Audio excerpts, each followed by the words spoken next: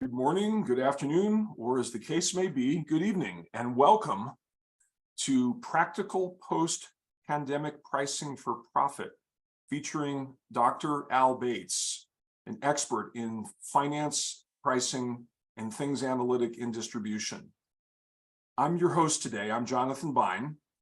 And before we get into our content about practical post-pandemic pricing for profit, wanted to do a little business to feature our sponsors for this webcast. Our first sponsor is actually Distribution Strategy Group, and the product is Customer Experience RX. For most distributors, since you carry products that are similar to your competitors, in a sense, in a very real sense, the customer experience that you offer to your customers, that actually is your product.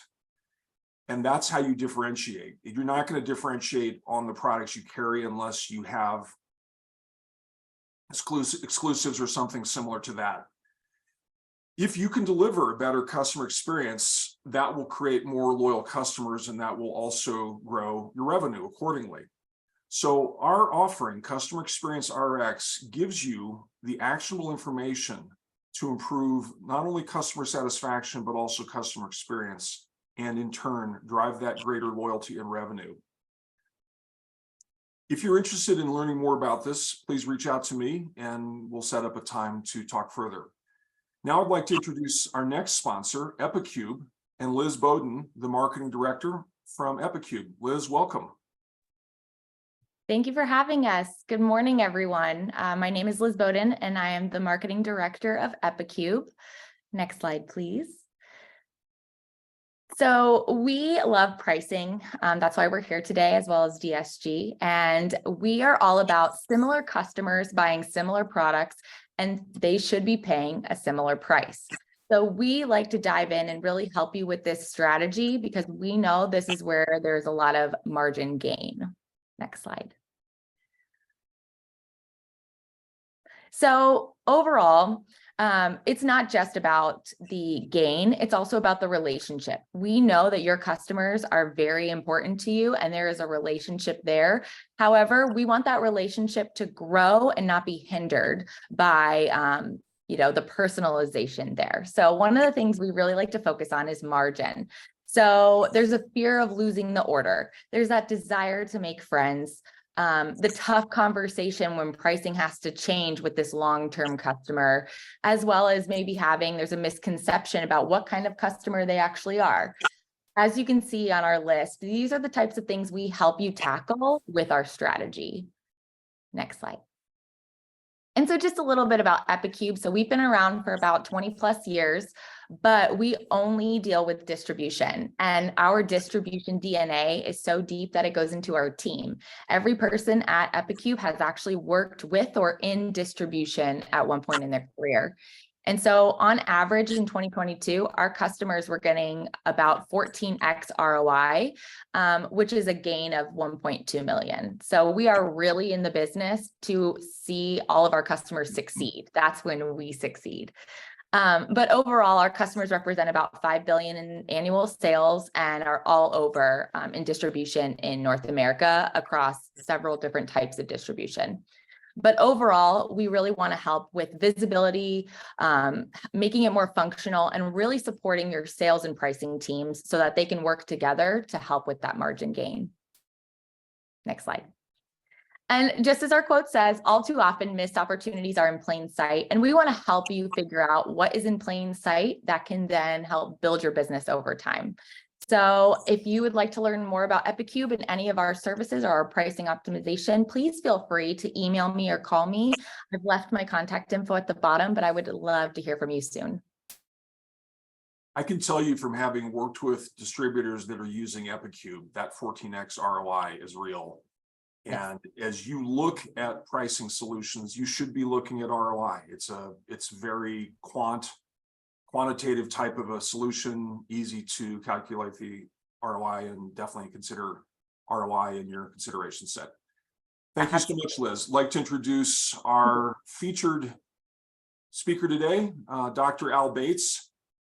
Al, I noticed in the spelling of your name on the opening slide, it looks like AI Bates. And any thoughts on that? It better not be. Sans serif thought there, I think, is probably. Okay, we'll blame it on sans serif.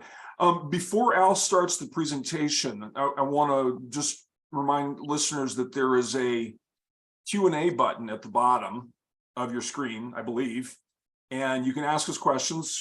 We may try to answer it around the time that you ask the question, depending on the topic, or we may defer it to a later point in the presentation. That's point one. Point two, this recording of today's webcast will probably be available to you within 24 hours, maybe 36 at the outside. So if you catch part of it and you have to jump off, know that you'll be getting a full recording coming soon. So with that, Al, we're in a new world as it relates to the post-pandemic. There were a lot of upheavals around pricing, a lot of discomfort on everybody's parts, questions of what to do. Take us into how we should be thinking about pricing now from your perspective. Sure. I'd like to start with just looking at what drives profit higher. And on this particular exhibit, we have a distributor that's got a 3% bottom line, which is fairly typical longer term. Right now, most people's margins or bottom line is higher, given some of the things that we'll talk about today with regard to pricing. And what this tries to look at is what's going to cause the bottom line to be higher. And I got three lines. The bottom line is sales. And what it says is adding sales is nifty and wonderful and everybody loves it, but it actually is the least impactful way to make the bottom line bigger, largely because as you add sales, you got some variable expenses that go up. You got sales commissions, obviously, you got bad debts, you got interest on accounts receivable and inventory. And so it's not all free lunch. The second line up says that, gee, expenses is even more impactful than sales. The truth of the matter is expense control is the third rail of distribution thinking. Nobody wants to go there. It just brings up too many memories of Chainsaw Al Dunlap and that sort of activity. So the top line says, gee, if we could raise our margin, okay, the margin dollars by 5%, 10%, assuming the same sales, boy, the bottom line tends to explode. One of the problems we have is the one that Liz pointed out. There's a fear factor here. Oh my God, if we add more margin, we are doomed as a business here. And what I'd like to discuss as we go forward today is maybe that's not true. So just want to make sure everybody aware that gross margin is really the name of the game in terms of improving profit, but it may not be as easy to do or certainly as much fun to do as raising sales. Well, and I think in America in general, we are conditioned to value market share and growth above all. Absolutely. Right? So particularly if you're a publicly held company. Yes. You're locked in. So, but I just want to, in fact, that if you're just looking at profit, and I should probably point out here, Jonathan, that's all I look at. I don't worry about minor things like market share, which is obviously critically important. I don't look at a lot of things. I just look at what makes the bottom line better than it currently is. And gross margin is the quickest driver of profitability that we face. Perfect. Before we jump into margin, I want to deal with the fact of a lot of people still think we can make it up with volume. A lot of those people are called salespeople, and they've got good reasons for thinking that way. But even many other people within our organization kind of think that, gee, it's a price sensitive world out there. If we could just get the prices down to where we'd like it to be, we could drive a heck of a lot more volume and be more successful. And what this chart says is every dot on that line is what we call in university the ISO profit line. That is where you make the same profit you did before. And if you look at that line across the horizontal axis, it says, wait, what if we cut our price 1% all the way to 10%? How much additional unit sales activity would we have to do? And this is for a company with a 25% margin, which is fairly typical in distribution across a lot of industries.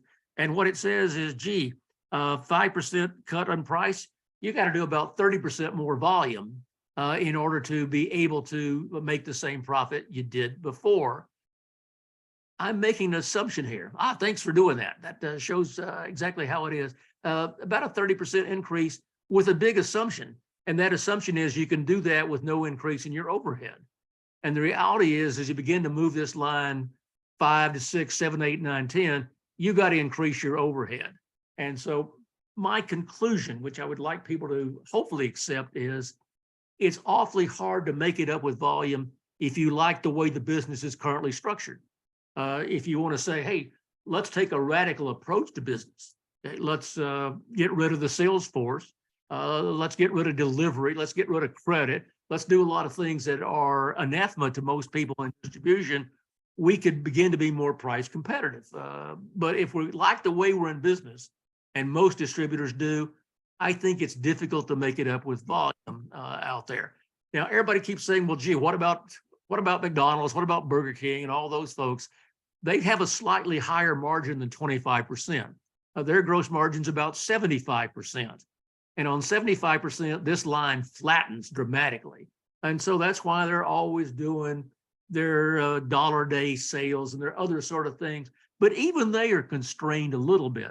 But this distribution, I honestly believe you can't make it up with volume. I just think it's physically impossible to do so. And it will to dramatically change the nature of the business. So this point that I highlighted here, I think is really powerful. So you think, well, it's just 5%. I have to do 6x. I have to do 30% more volume to make right. to a break even on just a 5% change. Yeah, and that's physical volume, Jonathan. That's not dollar volume. Because I've already got the price 5%, and I got to do 30% more. Unit volume, right? Yeah. So it's 6 to 1 there. Yes, it is. Right. And that's a really, really powerful takeaway, particularly as people start to think about discounting, right? Right. Absolutely. Almost anything you do is wrong in trying to go down the discounting route. So hopefully we can put that idea to bed. Although let me tell you, your sales force is still going to come back 6 weeks from now and saying, hey, if we could take another 10 off, we can get this order. So we'll deal with that when we deal with it. Okay. This particular slide says, well, gee, if you look at margin improvement, there's clearly two paths, or as I like to say, and let's make a deal view of the world, there's two doors. Door number one is, why don't we buy it cheaper, which is a wonderful door to go through, incidentally. There's nothing absolutely wrong with that at all. Door number two is, why don't we raise our prices? And this is the door where people begin to get a little sweaty out there saying, gee, that's hard to do or maybe impossible to do. Let's assume in either case, going through door one or door two, we take the gross margin from 25 to 25.5. And the question is, what does it do to us? In the buying potential, it's fairly clear that you're going to have the same sales and you're going to go out and buy it cheap enough. In this case, another $100,000 cheaper, which is going to raise your gross margin by that same $100,000. And that's going to give you a 25.5% gross margin. The beauty of this is, if it's the same sales volume, the fixed expenses stay the same and the variable expenses actually stay the same. So it's a slam dunk to get all $100,000 goes right to the bottom line. So it's like, gee, dollar for dollar in terms of the impact that we have on the bottom line in our particular business. The only problem is the suppliers are not actually salivating to go along with the gag. But if we do what distributors do real well, if you can whine, we can probably get better. I'd like to look at the pricing side. It's a lot more complicated. But what we're saying here is that we're going to keep the cost of goods at 15 million, right where they were. But we're going to do everything outbound, 100% outbound sort of effort. Now, the math is a little not clear, but I'll just tell you the math is correct. We'd have to raise our prices to where we're selling the same merchandise for $20,134,000. I still buy it for 15 million. So now my gross margin is 5,134,000 as opposed to the 5 million we had in buying it cheaper. Fixed expenses stay the same. And the rub is if you got more dollar sales, you got more variable expenses. So they go up to 106, but still, when you flush it all the way through, if you get the 25.5 by pricing outbound rather than buying inbound, there's more dollar profit. And so I got a little phrase I like to use, and that is buying it cheaper is nifty, selling it higher is niftier. Okay, that you get more impact, more bottom line profit. Buying low is nifty, selling higher is niftier. You get more impact on the outbound side. That does not, however, put to rest the whole issue is everybody gets a little fearful when we start talking about, gee, we're going to raise those prices enough to get a margin of 25.5. And this again goes right back to what Liz was saying earlier. Oh, I don't know if we can do it. And I got customer relationships I'm going to mess up. And so there's a real fear factor. But the reality is we might be able to get that margin increase selectively rather than just across the board. Because in this exhibit, it looks like we're doing it across the board, but we're probably raising some prices and not raising others. It's a selective world in which you need to find where are the opportunities out there that we have to improve profitability via margin. So Al, before we move to the next slide, in your opinion, getting that next half point or point from the buying side is harder than it is from the pricing side? Yeah, although I think every distributor in the world would disagree with me. Okay.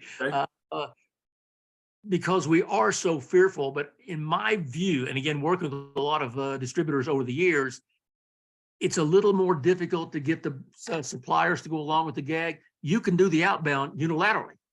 The challenge is I have to do the outbound unilaterally where I can do it. And kind of a perception, I think, in distribution, whenever I talk about taking the margin of half a point, well, you're going to raise every price. And the answer is that's not even close to what you have to do. You got to be extremely selective in where you generate that. But to answer your question, going way around the barn, yes, I think it's easier. But let me tell you, Jonathan, I don't have to do it. So that kind of puts a little bit of a thought process there in terms of how easy it is. Fair enough. So in either case, though, distributors are probably trying to do the supplier side. What you're saying is it's not or, it's and. Do the supplier side and the customer side. Oh, absolutely. It's both. And this exhibit kind of makes it look like it's either or. Right. I'm just saying if you are in an either or mode, outbound is bigger than inbound, but they're both important. You got to do them both at the same time. Okay, we have a question for you. Why are variable expenses higher if prices are increased? Well, the assumption is that a lot of the variable expenses are sales dollars related. Okay, clearly on the commission sides, they are gross margin dollars related. And if you look at that exhibit, we did in fact increase the gross margin dollars, particularly on the outbound side, and people are aware that we've done it. On the inbound side, theoretically, if you're going to have more gross margin dollars, you might have more commissions as well. But generally, those changes are kind of subtle and not passed along as well. On the outbound side, everybody knows we've raised the price. And so commissions tend to go up. Clearly, interest on accounts receivable and inventory go up because they're doing more sales volume. So it's a cheap shot to say the variable expenses are a percent of sales. But it makes this a 45-minute session rather than a 3-hour session. So it's a reasonable guess.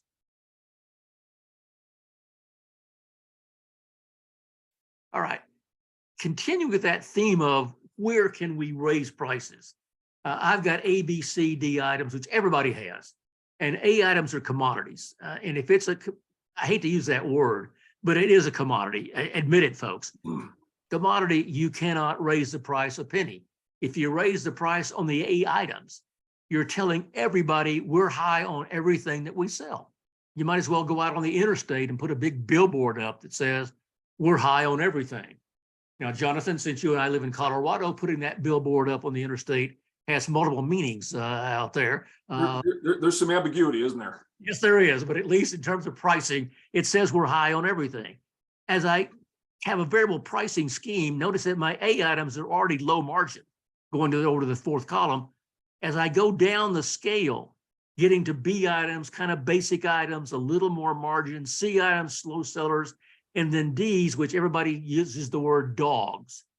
That's where I think there are some huge pricing opportunities. The problem it's only 5% of our sales. And so if it's only 5% of our sales, we're saying almost, why bother? And I think that's a mental attitude that we have. And there's also among the sales force, the view that, oh my God, the margin's already 50%, okay? Excuse me, 55%. What are you gonna do in terms of raising that price? It's already too high. But what I come back and say, it's half the SKUs. If you look on that right column, the A items are only 5% of our SKUs. The D items, again, I hate to use the word dogs, but I will, are half our SKU base out there. There's an awful lot of inventory. There's an awful lot of time and effort. There's a lot of warehouse space. We ought to make those more profitable than they currently are. And I think we could get away with it there. The question is it only D items? Is that the only place you can work? Or could you also work on the C items? And I know you've got a different perspective here. I talk a good game, but I can't deliver the goods. I like to focus on the D items. I begin to get really panicked if I move up into the C items, but a lot of distributors have told me, hey, we can raise the prices on the C items as well, if we're judicious about it. But my feeling on the D items is, when they're bought when somebody absolutely has to have it, okay? They're never bought on an ongoing, like an A item basis. They're bought when I absolutely have to have it. And the incredible value added that distributors have is, guess what? We've got it, okay? And if it's a guess what? We've got it, I think there ought to be a little bit of opportunity to raise those prices a little bit, or maybe even a lot. Fair enough. Well, and to your point, this is showing us 4 categories, but maybe the bottom third of the C items, there's some room. Sure. Right. It may not be the top third, but maybe the bottom third, there's the propensity to lift the margin. Yeah. So. And as we'll talk about in a couple of seconds, if I come back and look at analytically, how often are those bottom thirds being bought? Okay, versus the top third of the C, top 2/3 of the C items, I might get some information there about they're fairly rarely bought. It's just maybe they're bigger ticket items, and so they generate more dollars for us out there than the D's, which are almost always, I hate to say throwaway items, but items that are, gee, I need it, and it's a $3.10 item, and I would gladly pay $3.50 if I could get it right now. So the question is, what are you going to do? And again, I'm going to go back into my hiding mode and only raise the D items for right now. And so I took the A, B's, and C's and left them right where they are. So the current performance, I've got my sales, my gross margin percentage, my gross margin dollars.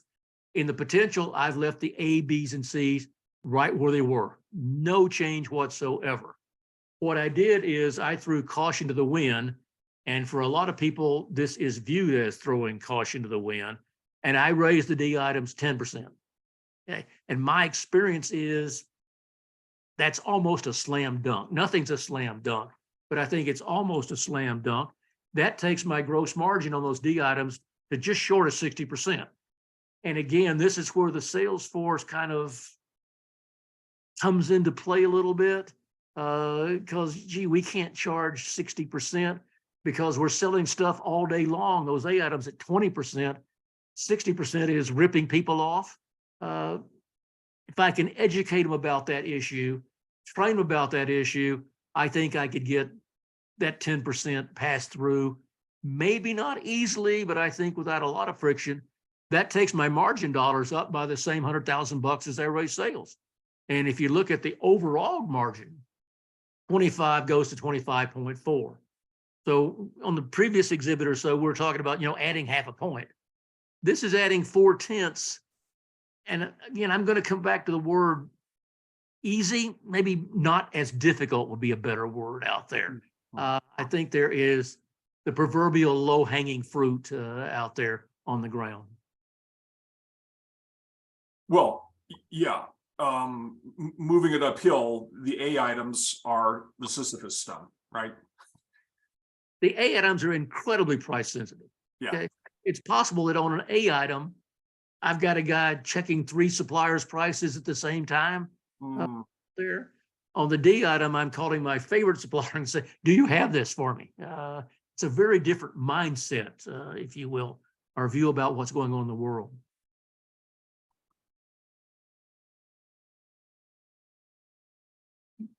You want to change the slide, Jonathan? yeah, we're on to the C items now. Already done that. You already done that. It would be better if I were awake during this session. If we come back to your point, which is saying, hey, some of those C items, particularly you're talking about the bottom third, they're not price sensitive either. And there's a lot of, do you have it in stock? So on this one, I raised the C items 5%. I panicked when I did it. I had a panic attack when I did it here. But if I do that, I now get another $150,000 because the C items are a much bigger hunk of our sales. The D's are only 5% of our sales. The C's are 15% of our sales. So there's 3 times as much potential, if you will, out there. That takes the C items from 35 to 38. And it takes the overall gross margin almost up a full point. I mean, that's a huge chunk. And I think for sure on the D items and probably on the C items, if we were selective, we could make that work. Okay. The problem is, from my thinking, the A items are incredibly elastic because they're bought so often. The D items, I think, are as close to inelastic as a product could be. That So that brings out a really good point, Al. So a lot of what you're outlining here is how to find parts of the product base and or customer base that are less price sensitive or inelastic, right? Absolutely. I focus more on the product base, but clearly on the customer side, there are some customers, because of the nature of their business, their size perhaps, or a lot of other factors, are not that price sensitive, that they kind of feel your prices are fair and I'm going to go along with the gag and I might be able to raise prices there. I focus more on the items. So an item is an item is an item. I would then say, if I'm going to raise the C's and D's, I would raise it to everybody, as opposed to there are some customers that are more price sensitive. Excuse me. I do not do well with pine pollen, which is in the air. So yeah, I think the C's and D's, there's not price sensitivity there. And certainly on some customers, there's not as well. Right. The challenge is, how do I find those items where I can raise the price? Fair enough. So let's look at that. Okay. I've been teaching this slide for a long time. And what I try to list is, here are things that make an item a blind item. A blind item to me has got 2 fundamental characteristics. Number 1, nobody knows what the price is. And number 2, nobody cares. I don't think there are very many pure items like that, but I think there's a lot. And so when I'm teaching this in a seminar mode, I say, hey, here's some characteristics of blind items. They're low sales level, low price. You can go all the way down the list. And what I always do in the seminars is say, hey, we're in a specific company. Let's take these criteria. I'm going to give you 20 minutes. Let's find some things that are blind items and tell me how much we can raise the price. Every single time, people ignore every one of these and just say, hey, here's an item I'd like to raise the price on, without doing any sort of analytical or intuitive sort of work on it. So I've kind of come back and said, gee, this looks to me like a really interesting opportunity for artificial intelligence, that I could use some sort of technology to find these characteristics, starting with low sales level. Well, I think we already know that. The Ds are low sales level. So I don't know if I need AI to tell me they're low sales level, but I structure it so they'd find those. They're also low price. Let me tell you, on a $3.10 item that I used before, nobody cares that it's $3.50. They have no desire to say, let me shop around and I can save 40 cents here. Where if you get to a $10,000 item, I've seen guys spend an hour trying to save $5 on a $10,000 item. So they tend to be low price. Then again, I could lay in computers to do here. These get a little bit less open to human thinking and more to AI sort of thinking. For example, I go down to not heavily promoted. With artificial intelligence, I could go all over the web and see how many people are promoting these items, if any. And if nobody's got them as kind of a lead item, you're getting an information there that, hey, there's no price information out there. AI could also say, let's check everybody's price. And if I got an item and everybody's between $3.10 and $3.15, gee, there's something going on that we don't know about. But if everybody else's price is between $3.10 and $4.80, then I think I'm getting some feedback that, gee, there's prices that are all over the place and there's an opportunity. So I think artificial intelligence might be able to be incorporated here to help identify some of these that are maybe not obvious to the human brain. Al, I completely agree with you. I think the whole world of pricing intelligence in B2B, and in particular in distribution, is an area for somebody to make money. We have pricing companies like Epicube, who's our sponsor, some Right. competitors. But I think there's a whole world of pricing intelligence. It exists in the retail world, right? Where you have things that will go scrape your competitor sites, bring all the prices back. Right. Use some sort of universal product code to normalize this, as you're looking at the same thing, compute that fair Right. way that you're describing. But this is really an open area in distribution. Yeah. And I missed one on my list, going down to unusual. Again, artificial intelligence could check 10,000 distributors.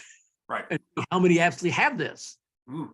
The answer is 13 distributors have this. I'm getting in a little message, and I think AI could drive us down the path to what we do. What AI can't do, and this is where, unfortunately, humans come back into the game, how much did I raise it now that I know it? I think it could give me some guidelines, like incredibly price insensitive. So maybe go towards the upper end of the scale, or somewhat price insensitive, go to the lower end of the price raising scale. Eventually human beings have to get involved. And my concern is when human beings get involved, we always go to the, gee, we ought to raise it 10%, but let's raise it 2% and see what happens. There. So by the way, some of these things that you have listed here, smart CSRs do when they're on the phone. Yes. Right. So they'll check to see if the competitor in region, top 2 competitors in region, Right. have the product, right? Just what you said. So the availability is where's the availability? Unusual, availability is key, availability more important than price. If they don't have it, they'll jack the price up because they know they're the only ones that can provide it. So, Right. So I think this is part of, some of these are what smart CSRs do. Yeah, my concern is every day we tend to take more of the knowledge base out of businesses. And I don't think distribution is immune to that. The old-timey guys who were more buyers, if you will, had that intuitive feel for it. If we continue to go down that path, I think AI becomes more and more and more important in this process. Yeah.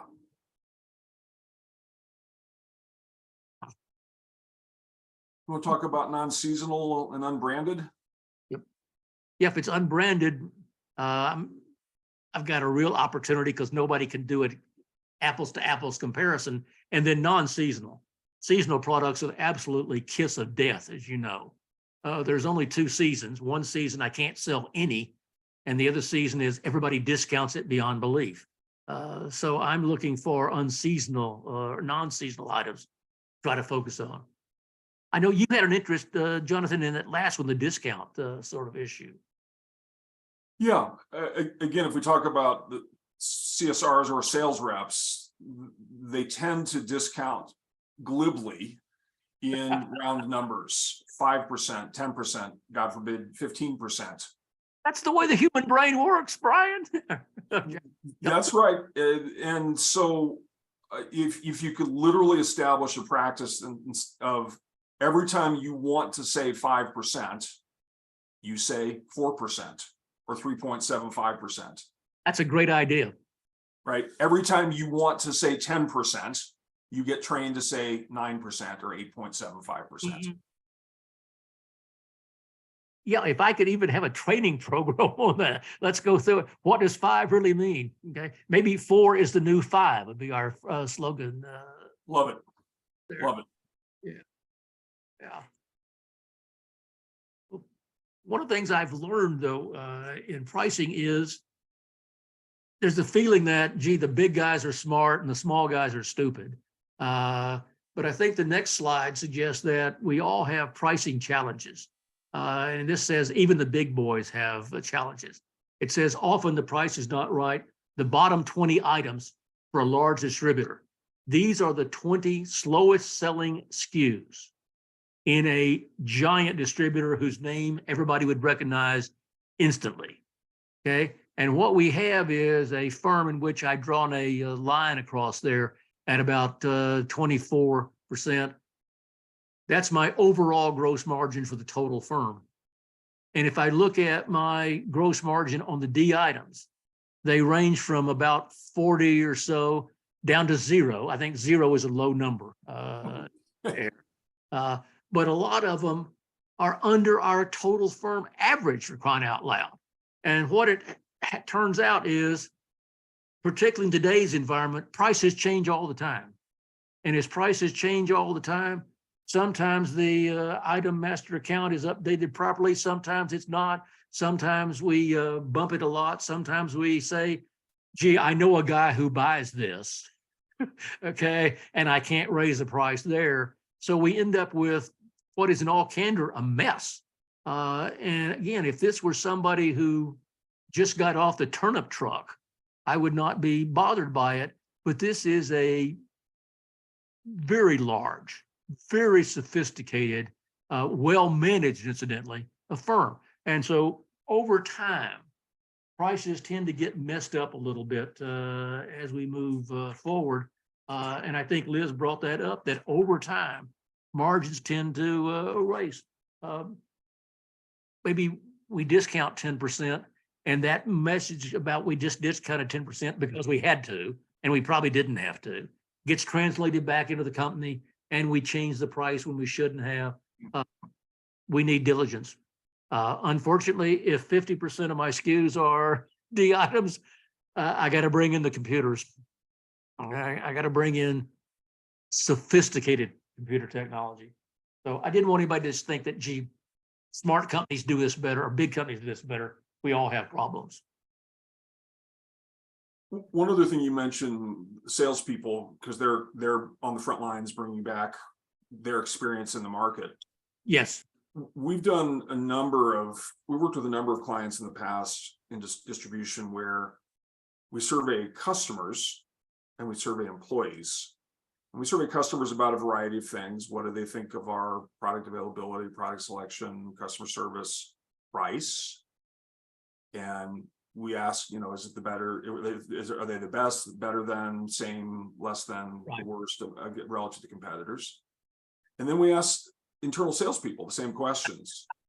Go ahead. And the internal salespeople often will tell a story, wow, it's a really tough market out there. But then you look at the data come back from customers, it's like, your prices are a little bit, you're right in there. You're about the same as, or you're a little bit above, but it's not this horror story that the sales reps are telling you.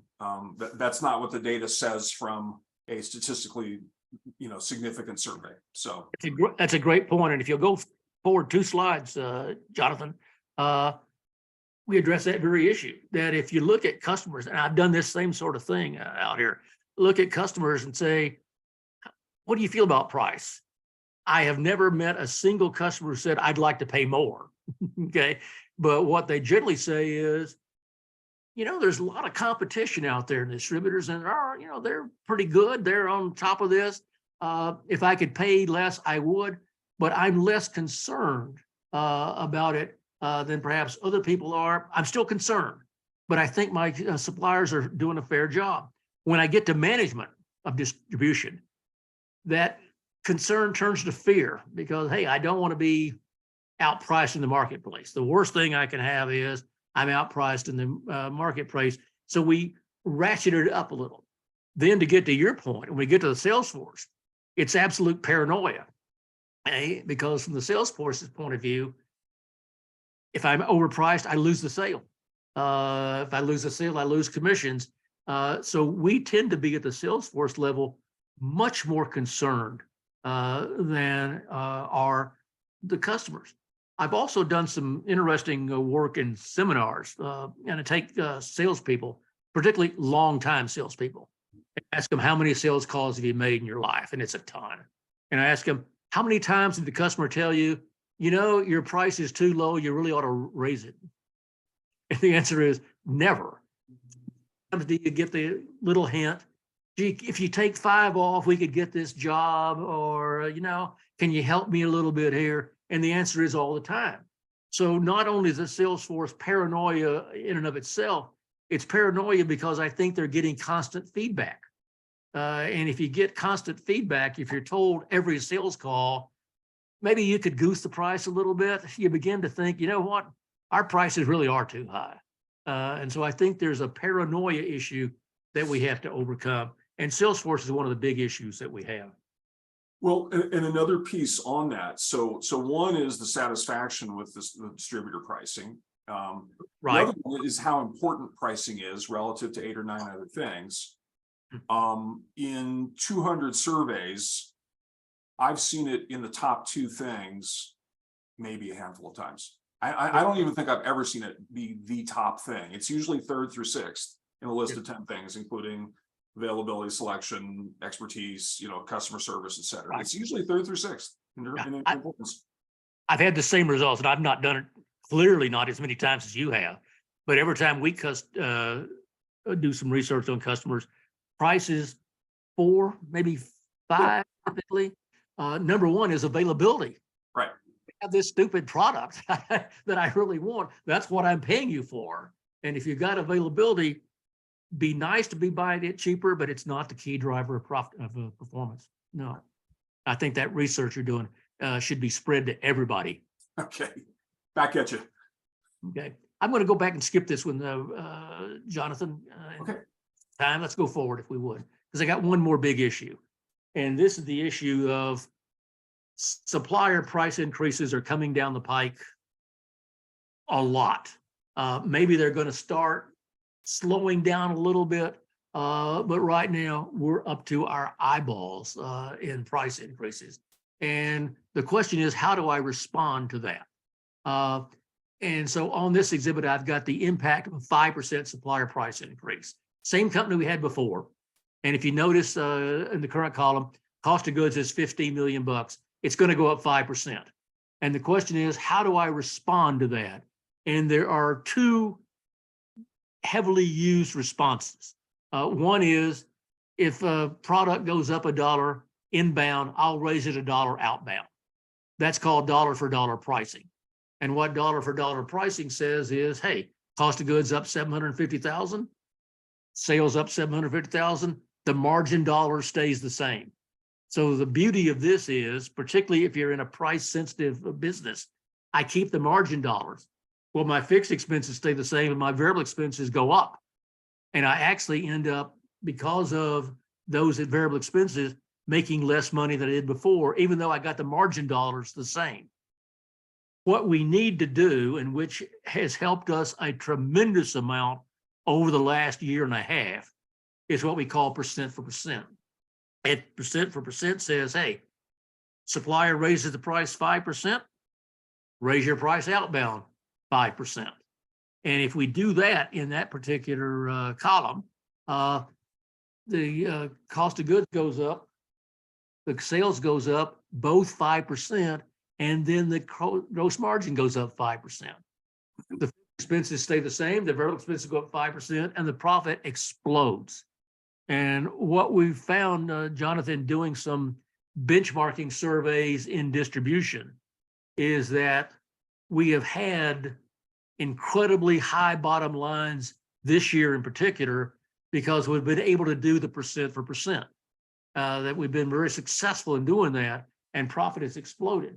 My concern, my fear, which may be an illegitimate fear, but I think it really is a legitimate fear, is as price increases come on top of price increases, the ability to pass them along percent for percent may begin to wane.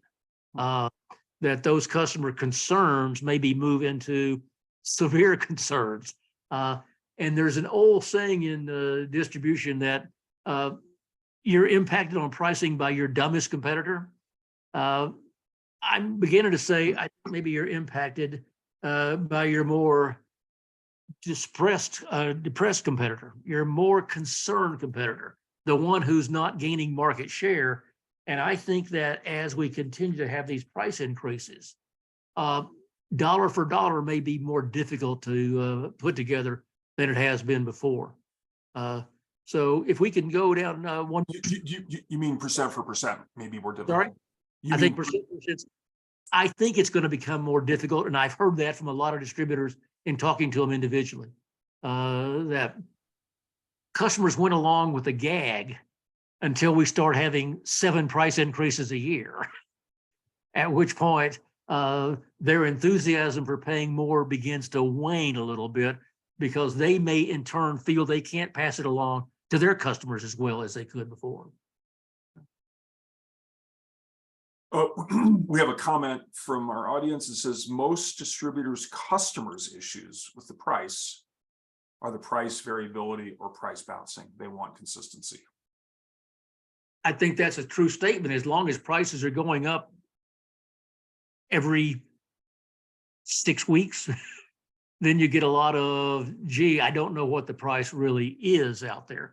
I would also suggest that if prices are going up every 6 weeks, I can't lock my customers in with a price I'm going to guarantee today. I got to just say, hey, this is a unusual situation. We're hoping that over time it will resolve itself, and we won't be who we are right now. Yeah, if there's anything I could do, but there's not a lot. In the old days, and again, I'll show how old I am. We used to get advance notices of price increases.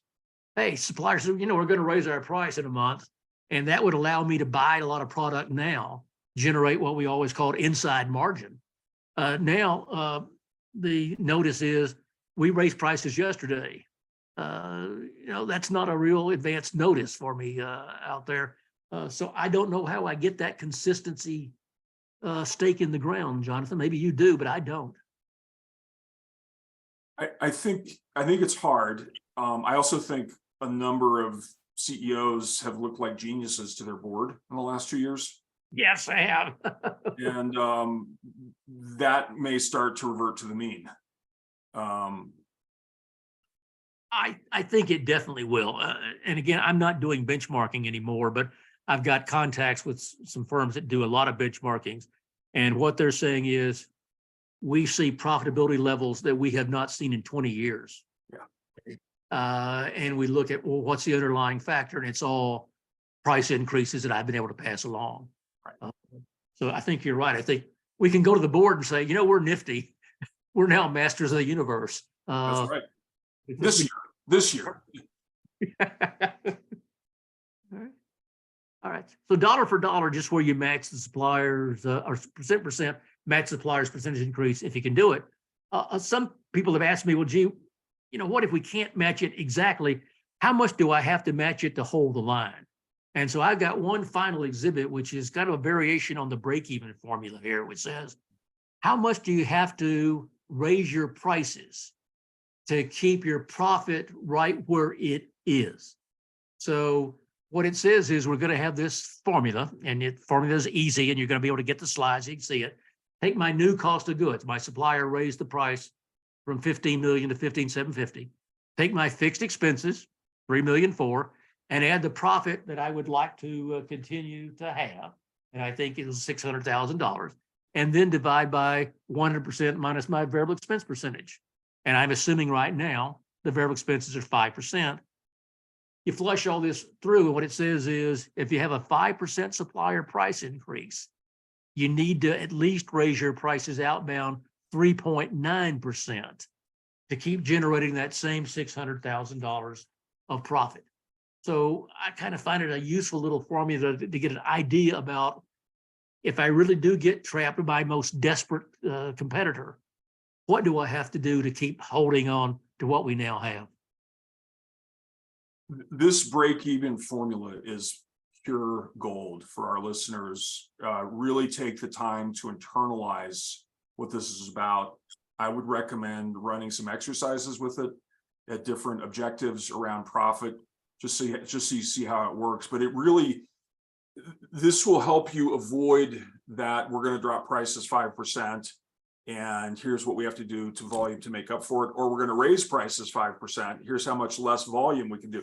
This will really net all of that out in a very concise way.